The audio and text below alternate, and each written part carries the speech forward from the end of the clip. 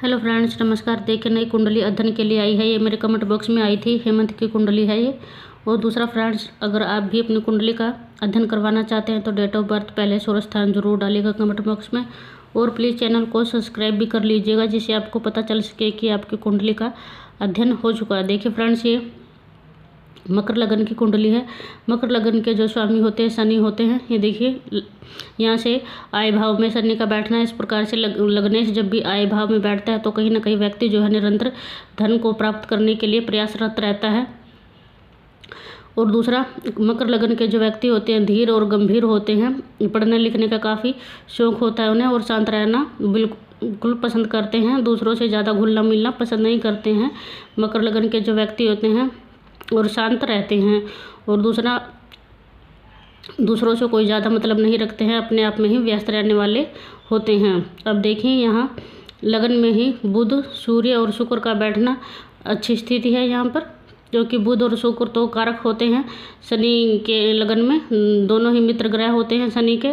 और दूसरा, आपकी राशि जो है कर्क राशि है। चंद्रमा जहाँ बैठते हैं वो आपकी चंद्र राशि हो जाती है, तो आपकी राशि जो है कर्क है। तो इस प्रकार से बुध और शुक्र की युति देखिए। दसम भाव का स्वामी जब भी लगन में आके बैठता है तो व्यक्ति तो अपने आप में ही धन के पीछे भागने वाला हो जाता है व्यक्ति का, क्योंकि लगनेश का यहाँ आय भाव में बैठना और दसम भाव का जो स्वामी है शुक्र है वो भी व्यक्तित्व में आके बैठ गए हैं। तो कहीं ना कहीं व्यक्ति जो है धन के लिए ही हमेशा परिश्रम और मेहनत करता है और उसको अर्जित भी करता है। अब देखिए, यहाँ बुध जो है भाग्य भाव के स्वामी बनते हैं, और भाग्य भाव का स्वामी जब भी लगन में आके बैठता है तो भाग्य का निर्माण व्यक्ति खुद अपने कर्मों से करता है। अब व्यक्ति खुद अपने कर्मों पर कर्म इतने ज़बरदस्त करता है कि अपने भाग्य का निर्माण स्वयं ही करता है। इस प्रकार से भाग्य भाव का स्वामी जब लगन में आकर बैठता है तो बहुत सुंदर स्थिति यहाँ पर इन दोनों ग्रहों का, दसम भाव के स्वामी का और भाग्य भाव के स्वामी का लगन में बैठना, ये कुंडली में अपने आप में ही महत्वपूर्ण राजयोग बन जाता है। अब देखिए फ्रेंड्स, यहाँ पर सूर्य भी बैठे हुए हैं, तो सूर्य और शनि में मित्रता नहीं है। और दूसरा, सूर्य जो है यहाँ अष्टम भाव के स्वामी है, तो ये माइनस पॉइंट है यहाँ पर सूर्य का बैठना, क्योंकि सूर्य अष्टम भाव से हमेशा ही गुप्त परेशानियों, विघ्न बाधाओं, परेशानियों और का ही कार्य में निरंतर उतार चढ़ाव की स्थिति यहाँ सूर्य दिखाते हैं।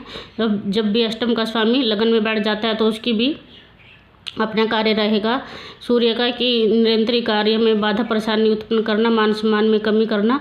और दूसरा, हो सकता है सेहत भी यहाँ पर खराब करने की संभावना दे सकते हैं, क्योंकि सूर्य को ज़्यादातर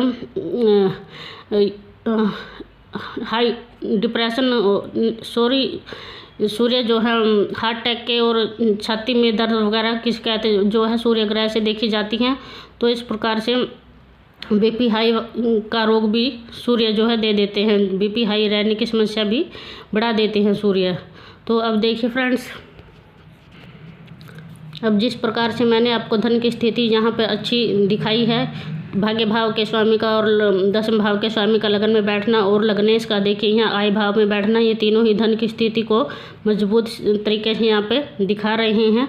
और वहीं देखिए, अब व्यय भाव का स्वामी जो बनते हैं गुरु बनते हैं, जो कि धन भाव में बैठ गए हैं। और दूसरा, अकेले बैठे हैं तो भावनाश भी करते हैं, अकेले होते हैं जब गुरु।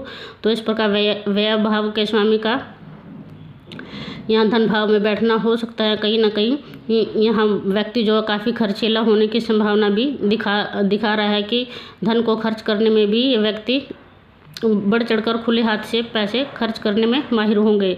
तो इस प्रकार से धन की स्थिति जो है यहाँ से, जिस प्रकार से धन निरंतर आने की संभावना बढ़ती है तो इस पर खर्च होने के योग भी यहाँ पर बने हुए हैं।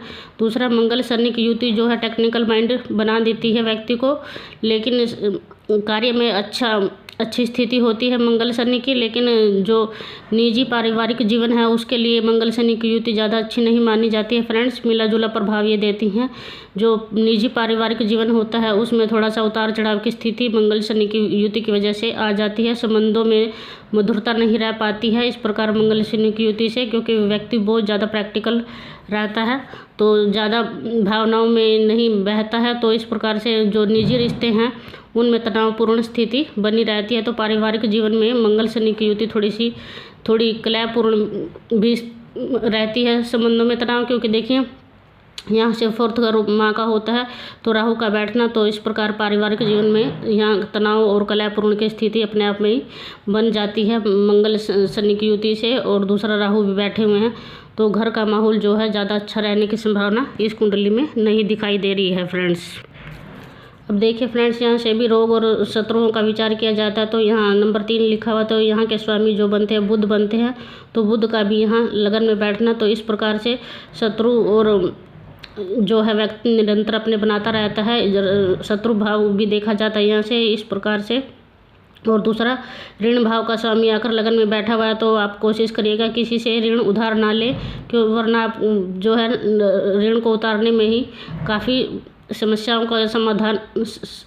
का सामना आपको ऋण उतारने में करना पड़ेगा। इस प्रकार से ऋण भाव का स्वामी जब लगन में बैठता है, तो व्यक्ति को कोशिश करनी चाहिए कि कभी किसी से कोई भी पैसा किस प्रकार से उधार ना ले। अब देखिए फ्रेंड्स, दूसरे यहाँ केतु बैठे हुए हैं, तो कार्य में निरंतर उतार चढ़ाव और परिवर्तन की स्थिति यहाँ पर देते हैं।